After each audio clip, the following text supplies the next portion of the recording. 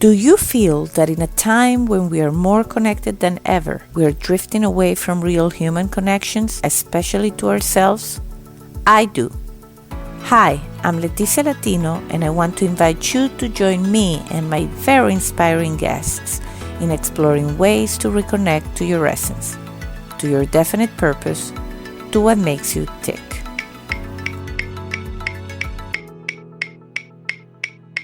Are you ready?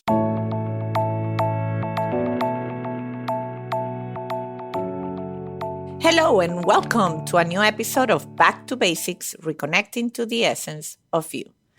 I'm beyond excited today because with this interview, I'm starting a series where I will be interviewing the co-authors of my upcoming book and our upcoming book called Women in Business Leading the Way. And my first guest from this amazing group of women is April Davis. How you doing? I'm good. How are you? I'm very excited. April is the CEO at ADS Design Solution and is one of the wonderful women that has written a chapter on the book. We are 15, and I'm going to do my best to interview as many of them as I can because each one of them has a unique story, has so much energy, and it's one of the best things I've decided to do is to co-author this book. It's been an amazing experience, so I'm so excited that you're on the podcast, April. Welcome. Thank you. Thank you for having me. And April is from Alabama, so one of the things I love about you is your accent, I have to say.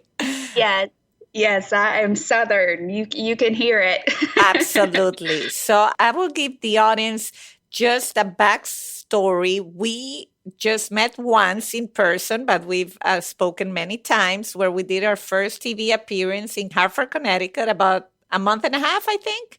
Yes. Yeah, about a month and a half ago. Yes. And it was amazing because it was a bunch of us that had never seen each other. And we went to dinner the night before the interview. And here we are now. We are all bonded by this book, but we're sitting with total strangers. But how long did it take us to connect, April? Oh my gosh, a couple of hours. I would say it's the craziest thing. We all have the best bond, and it's like we've all known each other our whole lives, which is bizarre. It blows my mind. So it's exciting how well we all get along and support each other. Absolutely. And that's why I'm very, very happy that you said yes. And we're definitely going to talk about your story and what you share in the books. And, we are in a Women's Month. So it's very timely that we give this advice to other women that are maybe traveling the same path as we are. But because we are in the Back to Basics podcast, I have to start with asking you about, young April and who you were as a child and what you become and just the road, because you are a very centered person, I feel. Yes. And my goal with this podcast is help other people, men and women, to achieve that and to show them that you can really live the life you want. And one thing that struck me from the moment I met you is your energy, and you can tell you enjoy what you do. Yes, I absolutely love what I do. I'll say as a child, I was always playing with Tinker Toys or, building blocks, Legos, all those good things. So I was constantly building. So I am a designer. Went to school for design. But I grew up in a home where both my parents were Christians, and they just, thank goodness, taught us wonderful values. And of course, God is our foundation. So like anything, once you have a good foundation, you can do anything you want to do. So, yeah. That's great. And I know your dad, and I don't want to interrupt, but I know your dad was a big influence growing up in what you wanted to become. So share with us a little bit of that. Yes. So funny story. I grew up on a farm in Alabama. How ironic, right? Southern people farms. Yeah. But my dad worked for John Deere. Okay. And he was a salesman for them for 17 years. So I watched my dad grow his business. And honestly, my dad was one of the best salesmen John Deere ever had. Okay. He won trips all over the world. But what I, took note of is how he talked to people. Okay. and how he listened. And that is the key to any success, if you ask me. It's just listening to your client, their needs, their values, what they perceive, those types of things. So, yeah. You think that was his secret sauce, your dad? I'm in sales, so I'm always curious. You think that's a secret sauce about listening what they need? Yes, yes. And what's so funny is, related to that. So my dad was a salesman. And then when I graduated from Alabama, believe it or not, I could not find a job, even though I graduated at the top of my class. I graduated with honors. So I went to work for Lazy Boy, and I was a salesperson.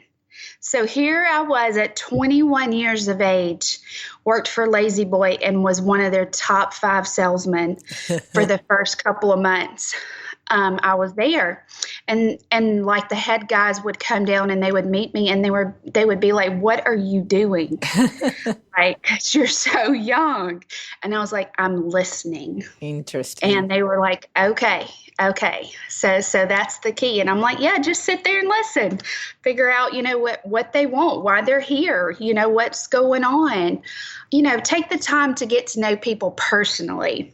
That says a lot about who you are as a person, because you're not, there to just take their money per se. A lot of times we get so wrapped up in trying to get things done so quickly, we lose sight of things.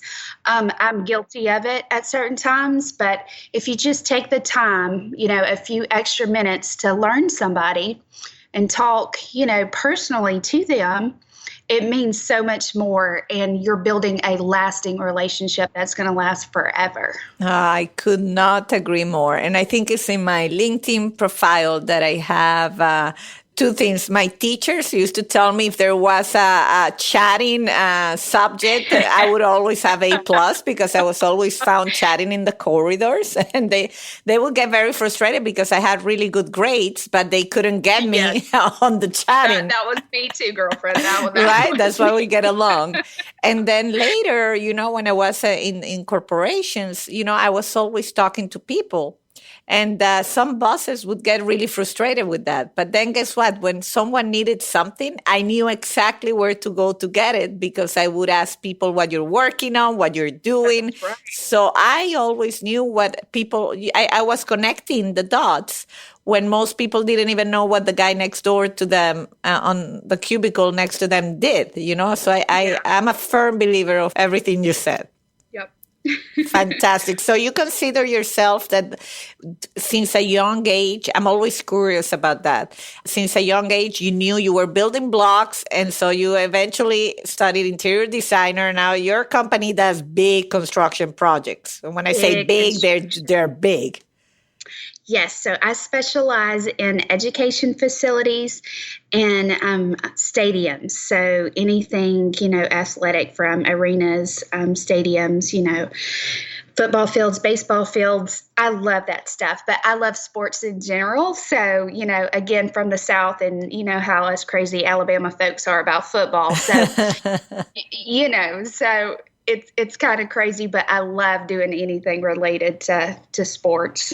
That's interesting, because, from interior designer to go end up building stadiums, it's like people, I'm sure, they say, how did that happen? Yes. And being a woman, Yeah. right? So your chapter, when our book comes out, I guess I got the sneak peek. I got the chapter ahead of time, and I read it and I love it. But, it's really, when you talk about women in male-dominated industries, you are at the cusp of that, the construction. Yes, I hardly ever get to see women. It's kind of sad, but it's fun. I will say that. But when I do get to work with women, what's really cool is, I think, in this industry, we're also geared the same, believe it or not. So, we're in this because we love it, and you got to be to do what we do for a living, because it sucks the life out of you as far as your time.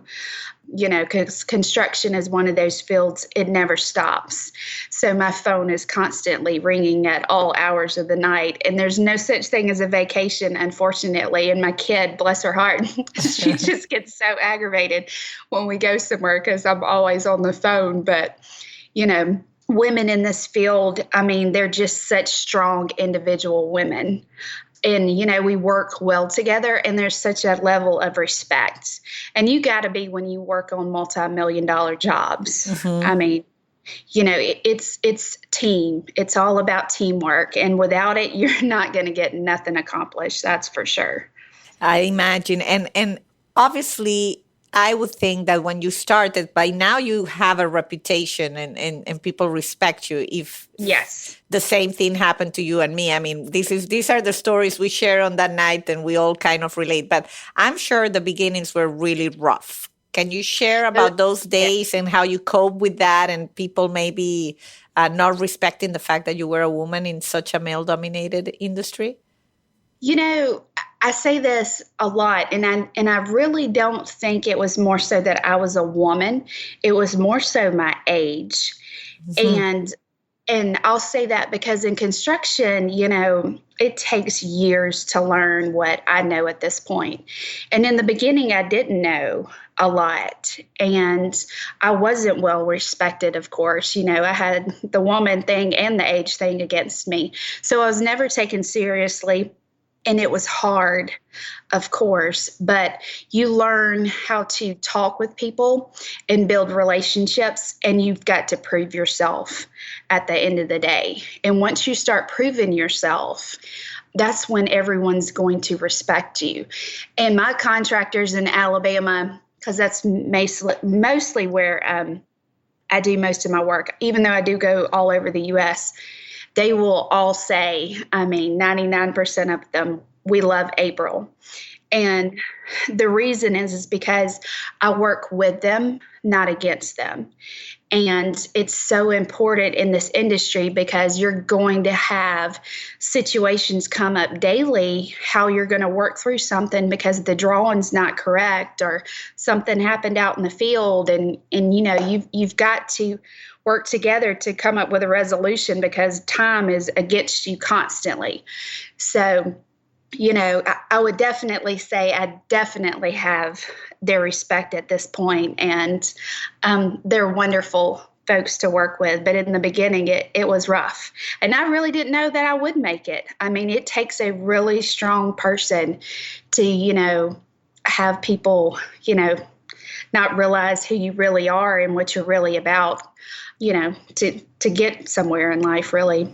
No, but I think it's, the way you carry yourself. You're in a very tough industry, but also you're very relatable and humble, which I think it's a fantastic quality, and I think the men see that too, because Yeah. having worked also with many men, I mean, the ego, I think for men and women is the same.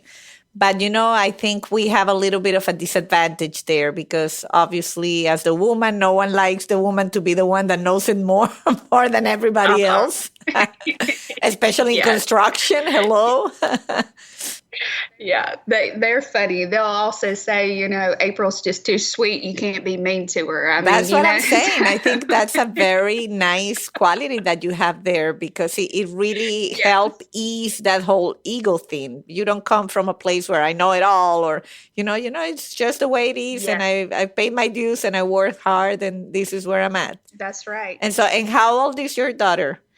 She will be 10 April the 1st. Yes. So Oh, she wow. gets to go with me a lot, which is real exciting. And her private school allows me to take her with me a lot when I'm traveling, just because she gets to see so many things that, kids her age would love and die to see. So she's really lucky and fortunate in what, I've been able to teach her and what she's been able to see. And I love her coming to my jobs because she gets it and she appreciates it. And I love it when she says, Mom, you did good. Oh, That's that what makes she's me proud. proud. Definitely. That Yes. that is fantastic. So you, for what I can gather, is you love what you do. Love it.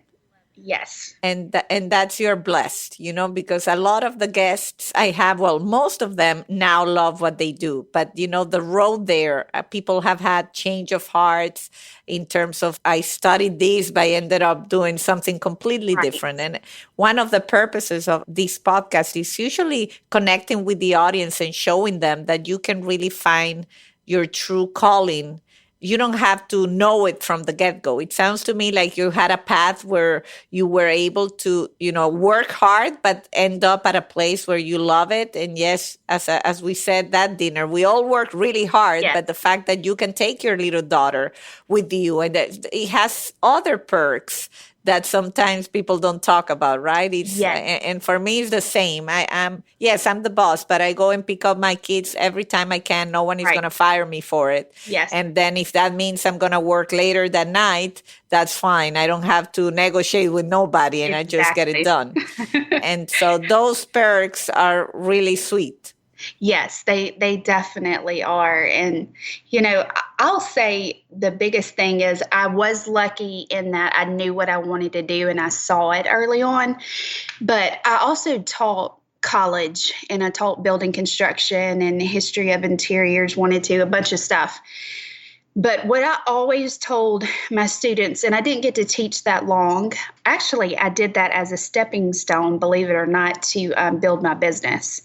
So while I Okay. was building my business, I taught college at night. So that would allow me to keep money flowing because it takes money to make money. Of So course. I didn't want to deal with investors and things like that. I built my business on my own. But what I would always tell my students is, because they would ask a lot of times, how do you know you're picking the right field or you're doing the right thing with your life? And I would say, the biggest advice I could give to anybody is when you pick a field that you think that that's what you want to do in life, you need to ask yourself one simple question: would you do it for free?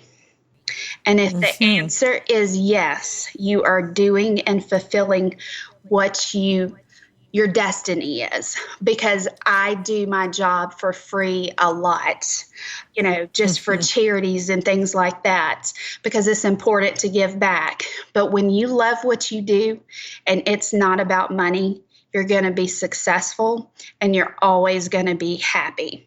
And of course, we all have situations that happen, that we have tough times and things like that. I'm not saying that.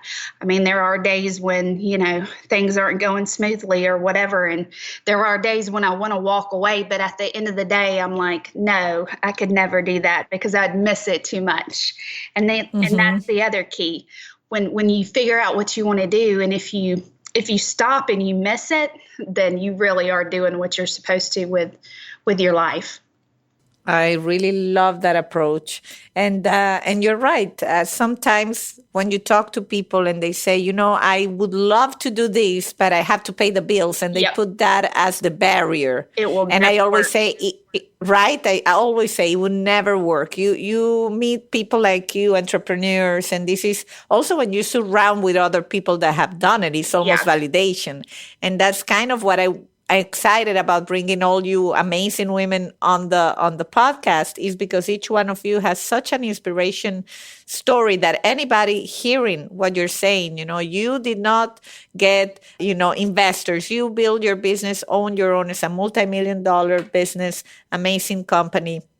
And you just found a way to fund yourself and put the work, but you love what you do. And so that's definitely the component number one, is to understand what is that you like to do, what is that you love to do. And I always say we end up sometimes in places where you just went there because that's the job they offer you when you graduated, and that's the kind of company you went into, and you never really put thought into, do I like Right. this or not? Yep.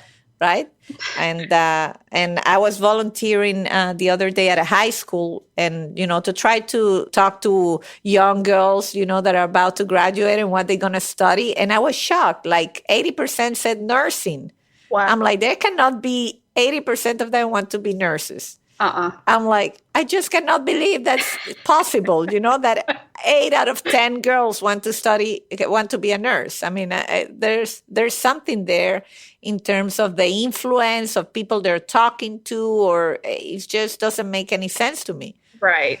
And so my advice to them was try to think about the kind of life you like Yep. to have.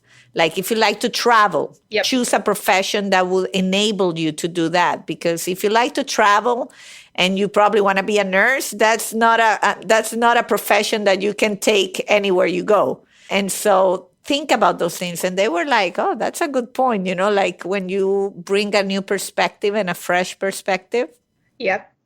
And so that's the perspective you're bringing to anybody that's listening that may be stuck doing something that they don't like, that they can revisit, their lives. And it's never too late to start. That's always my message is it's never too late to start. Yes. Again, right? I agree with you. So tell me about the tough times. I always also, when people seem so joyful and passionate, but we all have moments where we say, this is it, as you say. And you say, well, if I stop, I'll miss it. But what are the go-to things? Like, what is that makes April feel butterflies in your stomach and you say, yes, this is what I enjoy. This is me. I want to keep going. What's your go-to routine or habit when you feel super down? Well, I mean, there are days when I feel down a lot, and that's just because there's just not enough time in the day to do everything that you need to do. And I get frustrated a lot. And my family will tell you that it's one of my flaws. And I don't have patience. I'm going to tell you. So those are two things that, I struggle with daily. And the reason I don't have patience is because I'm one of those people, I think I just want to get a resolution, and work something through so fast sometimes, which is not always the best answer. But what gets me through is when I see what I've built, what I've designed to finally come to fruition, and you're standing in it and you say, my goodness, look what I've done. There is just nothing that makes me happier. It blows my mind sometimes, the things that I come up with, and I love it when, I get to work side by side with my architects and my engineers and my draftsmen. And we're all sitting there trying to figure out how we're going to build something and how it's going to work.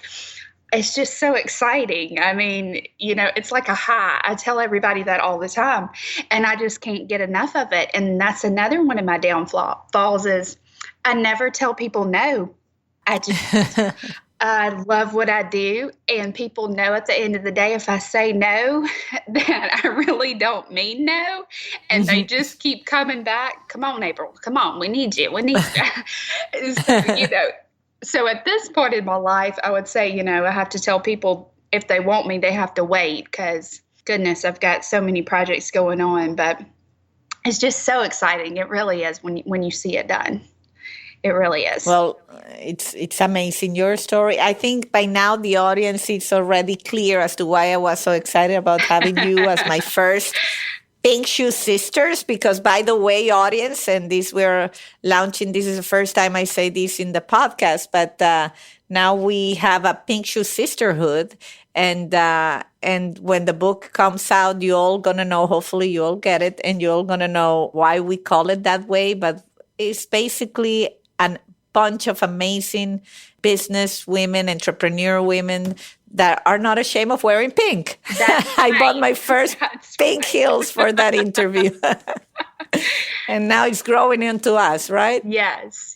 You can be smart and wear pink too. Yes. So April, I want you to share anything. I give you an open mic, anything that you want to share about the book, the experience, anything that you want to relate to the audience. Oh, goodness. Well, definitely y'all got to read the book. I mean, I'm so excited to be a part of this book. And I really didn't realize what I was signing up for until we all got to meet each other in Hartford, Connecticut. And it was like the pieces just fit together. These women in this book are all just amazing. We all got to, have dinner and just kind of tell some of our personal stories. What's amazing, I think, is our personal journeys, which is a podcast, I guess, for another day, because I don't really know that a lot of us talked personally about our personal lives and what we've been through to be where we are. But just some remarkable stories. But at the end of the day, what I love and is just the best thing about it, none of us gave up and we all had dreams, and here we are. So, yes, just all of us are just, successful women, very driven, and love what we do and are very humble, I would say. And we love to help others too, which is a really good thing. It's not just about us, it's about others as well. So exciting, very excited for the book to come out. Yeah, well, same here. And we definitely gonna do probably other initiatives around the Yes. book that we're very excited about. And, it's one of the things about having you all on the podcast is that I don't want to disclose a lot of what's on your chapter because I want people to read it. So, Right. absolutely. Yes. But, all April's notes are going to be on the show notes of the podcast. And I am definitely very excited to be part of this journey with you, April. And I'm a fan. So I really I'm proud of everything you've achieved, and you're an inspiration for me, and I'm sure for other people listening to this. Well, thank you so much. I feel the same about you, girlfriend. All right. Well, thank you. And please check out the book when it comes out. Yes. Thank you for having me. Thank you. Thank you for listening to Back to Basics. Please review and share if you enjoyed the episode. Bye bye. And until the next time.